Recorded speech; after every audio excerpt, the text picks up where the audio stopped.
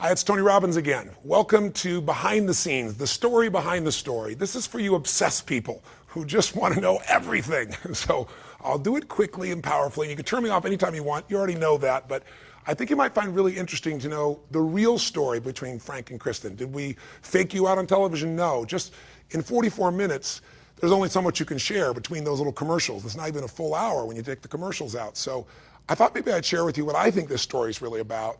Maybe a quick idea of some of the strategies I use to help them create their breakthrough, because understanding those strategies could help you make some breakthroughs in your own life, or maybe help somebody that you really care about. And maybe thirdly, tell you some stories that weren't in that you might find interesting, and most importantly, maybe tell you where Frank and Kristen are right now, if you're interested to know a year later what their life is really like. So what's this story really about? Well, on the surface, you'd say it's a story that's a tragedy, right? I mean, it's obvious. Somebody goes down and they go for this great wedding, and man becomes a quadriplegic right as he says, "I do," virtually. It's about people losing their dreams. It's about having to, live with limitation. That's the surface story. And if we kept that surface story, then these people would live in the emotional state they were in at that time, which is a life they have to settle for, a life that's less than they had expected, which whenever our life is less than we expect, it doesn't matter what our life is like, we're going to be unhappy. We're going to suffer. So I believe this story is about the power of rewriting your story to change the quality of your life. And I don't mean that in some flippant way. I don't mean making something up. But whenever an event happens, there's the event and then there's their story about the event. You had a relationship and it ended. That's the event. Then there's the story of the relationship. There's the story of, oh my God, I was abused, or they didn't care, or they spent all my money, or they were just into whatever, or they were so selfish. And what happens to us in life is we forget what the real truth is, that you two just didn't match up. Or maybe even deeper truth. Maybe you didn't really understand your partner's needs. Or maybe your natures were totally different.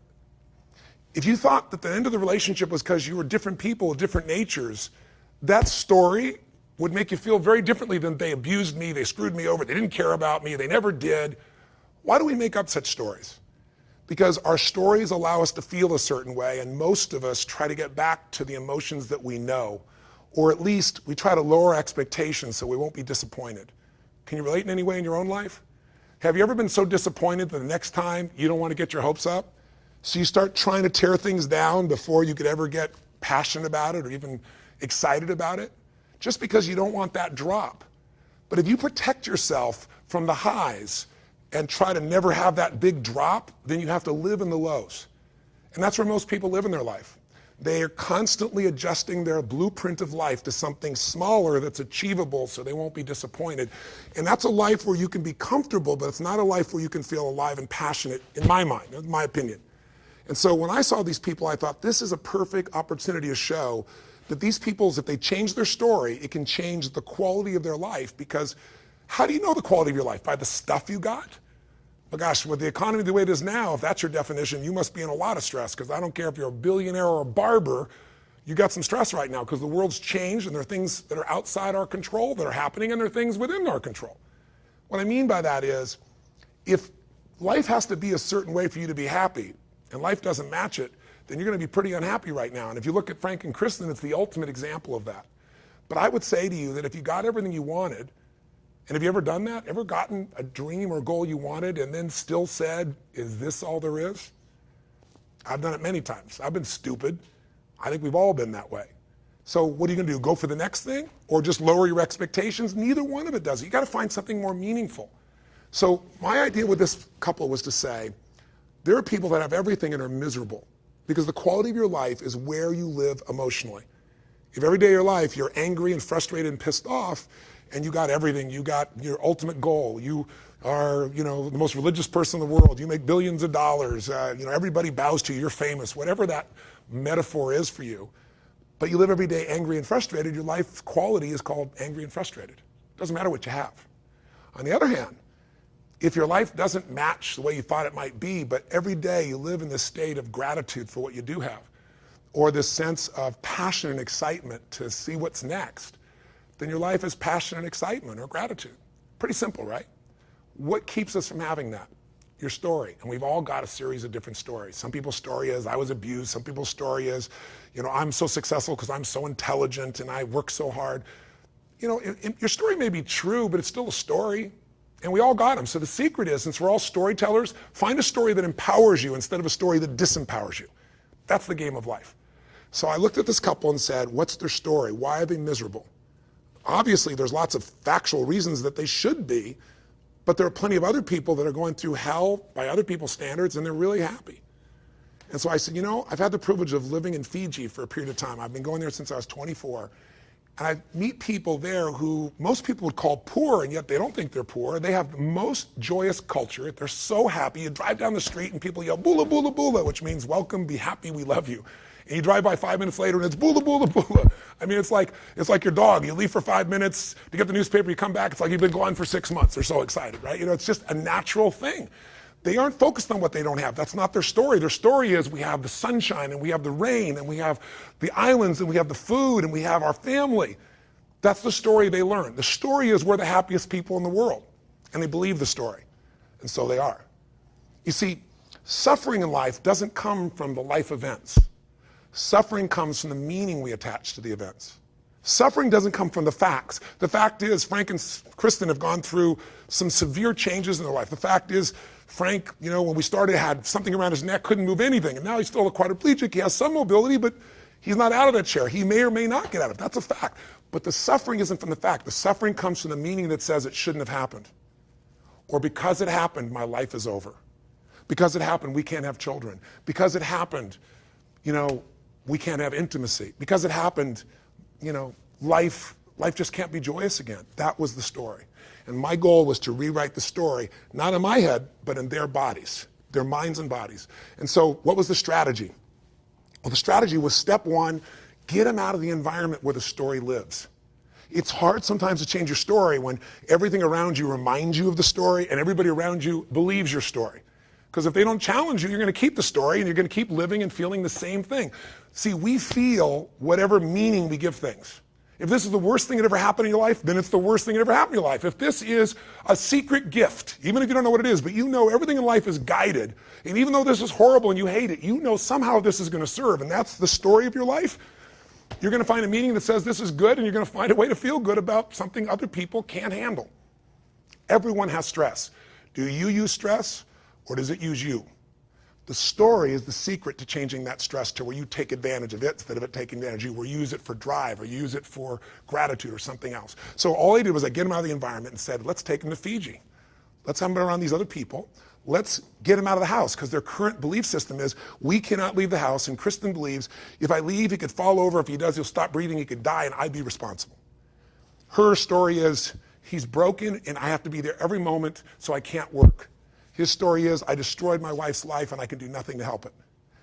So I took them on a journey where I didn't tell them their story was wrong. I gave them an experience of a new story. I got them to leave and go to Fiji. Now, I'll tell you the story behind the story. Just a little quick one, right? To get them to leave the house was, that was a big thing. It may not be dramatic on television. We don't even show it, because in 44 minutes, who cares? But you might find this interesting. I decide I got to get them convinced that they're going to leave the house. Kristen's afraid, if I leave, he'll fall over. He's now going to travel and get on airline and fly 11 hours to another part of the world and then get another small plane and then go to an island. I mean, he doesn't leave the house. It's impossible. Breakthroughs happen when you start to realize what was impossible is possible. Breakthroughs happen when you change a belief. I got to get her to understand this. We get her incentivized enough that she's going to go for it, that she starts to see the value of this, him too, and they step up with a lot of courage. I'm telling the airlines, everybody there, you got to take care of these people. They're special, they're important, here's the situation. Everybody's prepared. NBC more than does their part. And they get to the LA airport, and what do you think happens? They drop him. They dropped Frank. They physically dropped him. Her deepest fear, his deepest fear, he's going to break. And the beauty is, he's okay. He's shooken up, she's freaked out, he's freaked out, but they get an experience that he's not so weak. I would never have asked for this in a million years. I'm going berserk. I'm in Fiji hearing about this going, who do I kill? How could they drop him, right? He gets to Fiji. You can't make these stories up. They drop him again. They drop Frank again. Some guy tripped and fell, and boom, they go down. And Kristen's freaking out, he's freaking out. They make it. So now they get on a small plane. You fly to Fiji, and then you fly to my island, it's a small island. You get on a small little hopper, and NBC's got all these doctors there, and they're going to make sure Frank's taken care of, and I'm grateful for that. I got 80 crew. We're waiting on the island to rock and roll and take these guys on a journey. I've gone to Fiji for 23, 24 years. I went there when I was a little kid, just got started, in my early 20s, so you get a picture. And I've never not been able to land. There's been some bad weather, but you can always land. As they're flying, we get like cyclone-like winds, and the plane is turning sideways, and the storm is coming through, and the people on the plane, Frank was actually okay, but they're freaking out going, we can't land, we can't land. We're all standing on the ground. We can see the plane, and they turn around and fly back to the main island, and when they get to the main island, no one's there to take care of them, so they throw Frank in the back of a taxi, right? So now he goes to the taxi. They get on the phone and go, we're out. This is insane. We're done with this. So long story short, we got Frank there eventually, got him on a plane, the weather cleared, and they had the time of their life. And here's the rewrite of the story. Their story was, we went off to have our wedding. We flew to this beautiful land, and we took a leap of faith, and our life ended. And the new story I wanted to write was, we flew to a beautiful land, we took a leap of faith, skydive, the leap of faith of even going on this, and at the end, we had the greatest possible life. We're closer, we love each other more, we're doing things we weren't doing before. And we took them on that journey by using the strategy of getting them to constantly exceed their expectations. To not have a belief, but just do it. And then you'll find out what you're capable of. So whether it's Frank breaking to his wife, or the skydive, or murder ball, or Frank driving his truck, something he couldn't do, couldn't even get the truck built together when he was supposedly able-bodied, we're going to get him to do more than he did before. And suddenly the story is, I'm alive. We're world travelers. I'm a skydiver. I'm a murder ball player. I'm driving my truck 100 miles an hour in the desert. And the final part of the story, as you know, is rewriting their wedding. So you might say, well, that's interesting, Tony. If you're interested in other clips, go online here, and I don't know what we've got. We got different clips that didn't make it because it was a 30-day journey, and we had 44 minutes in primetime television. So there's some cool stuff. I know there's probably stuff there with Frank learning to drive, because before he drove me 100 miles an hour, he had to get in a car with 2 other guys who are murder ball players and try and drive 5 miles an hour and crash. You might see some other details of some of the work that I did with them. Look at some of the clips if you want, but if you want to know where they are today, 1 year later, I'll tell you. 4 months ago, I got a chance to get this phone call and got a kind of crackly sound, and all of a sudden it's Frank going, guess where we are? And I said, where? And he goes, camping. And I said, what? He said, Tone, our life is so changed, man. We thought we couldn't leave the house. We're out here camping. So here's this man who thought his life was over, couldn't do anything, that everything has changed for him. So I'm feeling pretty excited. This is, after 6, 7 months of them, being done with the show. And then 3 months ago, I got a very different call. And that is, I get a phone call, and this time, Frank is to tell me that he has some bad news. And I'm thinking, what? I mean, they've been through so much. What could be bad news at this point? And Frank says, as long as I've known Kristen, I think 3.5, 4 years, he said, she's had these intense headaches, and they've gotten so intense. We took her to the hospital today, and a different doctor looked at her, and it turns out she has a brain tumor the size of a baseball. And then later they said a grapefruit. And as horrific as it was, and I thought, God, if any family deserves a break, this is the family that deserves a break. It's just, why this family? But the beauty, and there's always a beauty, I believe, in things, was that Frank was strong. Remember, Frank's story was, I can't do anything. My wife has to take care of me. I'm a burden. And in this 30-day process, he shifted to taking care of her. He reassured her. He got her out of that pain. Didn't matter if he was in the chair. He got her through the skydive. He got her through it all. Frank took charge and became her man and gave her the strength she needed. She had 1 surgery, and it took, I think, 9 hours, and they couldn't get it all. And then she had another surgery 2 months, about 3 weeks ago. It's 2 months later. And I was with them last night, but about 3 weeks later, and the interesting part, the good news to the story is she got another surgeon. He got it all. She's free and clear of cancer. She's great. And the beauty is I went and saw them last night, just before I was going to come film this. So I had to be associated because I was going to be in Los Angeles. They live in Redondo Beach. And I want to show them the show so they'd see it before it came out. And first of all, they were both glowing. I mean, they're so happy with their life. Frank now, he's moving around. He went to the All-Star game. He saw the home run competition on his own with some buddies, jumped out of the car and made things happen. When she was in the hospital, he got himself up these ramps by himself. I mean, he's gotten so strong. But he's psychologically, spiritually, and emotionally strong and happy. And she said to me, And if you met her, Kristen's an amazing soul. She goes, Tony, it was a blip. She said, it's like after all we've been through, it's like, don't get me wrong, I had my moments. But to be in this situation, I had cancer and I'm through it, it's done. Look at our life, look where we are. And she's demonstrating something that all people who take extreme stress and grow from it instead of being traumatized by it, here's what they have in common. Number one, they find out who they really are. They find out, like you, like me, if you're tested by life and you don't give up, if you don't give yourself a story that you're broken or you can't turn it around, if you really live with it, you're going to find out how strong you are. And the second thing that happens, you find out who your real friends are, your real family. Because when you have tough times, all your Facebook friends go away. Your real friends, they're the ones that are going to be there when it's not fun to be there. Your family, you may have a lot of blood family, but who's your real family? The ones that be for you and you be there for them no matter what. Those relationships strengthen, and Frank and Kristen love each other even more because of this. And thirdly, it's almost like you get a psychological immunity from the next big disaster. Not that you don't feel it. It's just like, it's almost like when you get the stimulation of immunity, it's like, give it to me, baby. I know I can conquer this. I don't know how, but I've been through so much. Give it your best shot.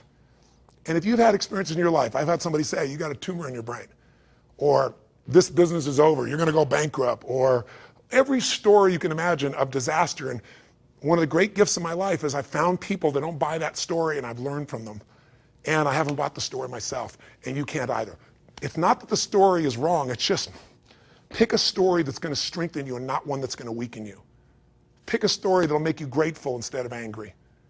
If you pick your own story instead of life giving it to you or let the environment give it to you, you're gonna have a very, very different life. So that's some of the story behind the story. That's some of what happened that you didn't see on camera. There's so much more, and I could talk forever, as you probably have figured out by now, and you're on the internet probably going, how long is this guy talking? I have no clue. But thanks for watching, and if the spirit of this show touches you, please pass it on. My whole life is you grow and you give. So, and the more you share something, the more you feel it. So if you get someone to see this show. If it's not on, check it out on Hulu or someplace else, or pass it on to people. We'd love it if you pass it on. We didn't just do this to do a show. We did it because these times demand people to see new examples of what's possible. When times are tough, and it's a winter time right now, it's tough. People need role models of people that have made it through it so they know they can do it as well. And Frank and Kristen are that example, or one of those examples. And as corny as it sounds in the end, I think it's the example of love conquering all. They loved each other so much. They did more for each other than they would do for themselves. That's part of the beauty of being a human being. So thanks for listening. I hope you watch our stories next week. There's some clips on here. And if you want to take this story and apply it to your own life and change your life, I got a little breakthrough section that's, one of them is frankly 30 minutes and some are probably 10 minutes. So hang in there, but it'll show you how to use this for your own life to change or to help other people too. That's another clip on the site. I think that's it for now. Live strong and live with passion. God bless.